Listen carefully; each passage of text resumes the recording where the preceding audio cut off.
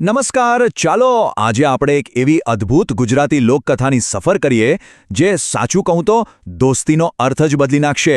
આ વાર્તા છે એક સીધા સાદા ખેડૂત અને જંગલના રાજા એટલે કે એક સિંહ વચ્ચેના એવા સંબંધની જેની આપણે કલ્પના પણ ન કરી શકીએ. તો સીધા મુદ્દા પર આવીએ. સિંહ સાથે દોસ્તી?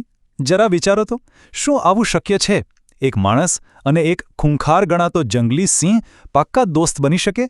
હા, સવાલ જ કંઈક અજીબ લાગે છે, બરાબર ને? ચાલો આ અનોખી વાતના ઊંડાણમાં જઈએ. તો આ રહી આપણી વાર્તાની શરૂઆત, એક અનોખી મિત્રતા. આપણી વાર્તાનો જે મુખ્ય પાત્ર છે એ છે રામુ, એક સીધો સાદો ખેડૂત. એનું જીવન એટલે બસ એનું ખેતર. સવારથી સાંજ બસ મહેનત અને માટી સાથેનો નાતો. એકદમ સરળ જિંદગી. અને પછી કંઈક એવું થયું જેની કોઈએ કલ્પના પણ નહોતી કરી. ધીમે ધીમે સમય જતાં આ રામુ અને એક જંગલી સિંહ વચ્ચે એક સંબંધ બંધાયો. આને શું કહેવાય? દોસ્તી. પણ કેવી દોસ્તી? એવી જે શબ્દોથી પર હતી. બસ વિશ્વાસ અને વફાદારીના અતૂટ દોરાથી બંધાયેલી.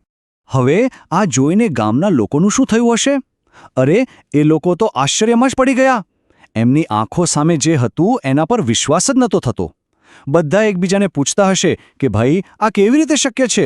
એક માણસ અને સિંહ, આટલા સારા મિત્રો?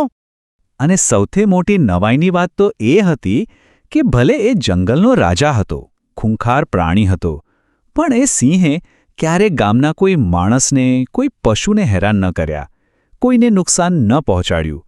એવું લાગતું હતું કે જાણે રામુની દોસ્તીએ એનો મૂળ સ્વભાવ જ બદલી નાખ્યો હોય.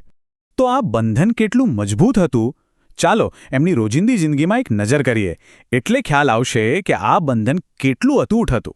જેમ કે દિવસભરનું કામ પતાવીને રામુ જ્યારે ઘરે જવા નીકળે તો સિંહ પણ એની પાછળ પાછળ ચાલે, કોઈ વફાદાર સાથીની જેમ, એક પડછાયાની જેમ. અને આ ખાલી ઘરે જતી વખતે જ નહીં હો. સવારે જ્યારે રામુ ખેતર જવા નીકળે ને તો સિંહ પણ એની સાથે જ હોય. મતલબ રામુ જ્યાં જાય સિંહ ત્યાં હોય. એક મિનિટ માટે પણ અલગ નહીં. પણ એમના વિશ્વાસની સાચી કસોટી તો રાત્રે થતી. વિચારો, રામુ પોતાના ખેતરમાં ખાટલા પર આરામથી સૂતો હોય અને એની રખેવાળી કોણ કરતું હતું ખબર છે? એ જ સિંહ એના ખાટલાની બરાબર નીચે સૂઈને આખી રાત રામુની અને એના પાકની ચોકી કરતો. આનાથી મોટો વિશ્વાસ બીજો શું હોઈ શકે? પણ દરેક સારી વાર્તાનો અંત સુખદ હોય એ જરૂરી નથી. અહીંથી આ વાર્તા એક એવો વળાંક લે છે જે બધું જ બદલી નાખે છે. વિદાયની ઘડી આવી પહોંચે છે. બધું બરાબર ચાલી રહ્યું હતું અને પછી એક દિવસ અચાનક રામુ બીમાર પડ્યો. એક સામાન્ય બીમારી જે એમના અસામાન્ય સંબંધના અંતની શરૂઆત બની. અને પેલો સિંહ જે આટલો તાકાતવર હતો એ બસ લાચાર બનીને પોતાના મિત્રને તડપતો જોતો રહ્યો. એ કશું જ નહોતો કરી શકતો. એની આંખોમાં જે દર્દ હતું, જે ચિંતા હતી, એ કદાચ કોઈ સમજી પણ ન શકે. અને અંતે એ જ થયું જેનો ડર હતો. થોડા દિવસની માંદગી પછી રામુએ આંખો મીચી દીધી. રામુનું મૃત્યુ થયું. આ સમાચારની સિંહ પર શું અસર થઈ હશે? એને જાણે વીજળીનો ઝાટકો લાગ્યો. એના માટે રામુ ખાલી એક દોસ્ત નહોતો, એ એની આખી દુનિયા હતો. અને દુનિયા જ હવે રહી નહોતી. પણ વાર્તા અહીં પૂરી નથી થતી. હવે જે થવાનું હતું એ હતું વફાદારીનું શિખર, વફાદારીની પરાકાષ્ઠા.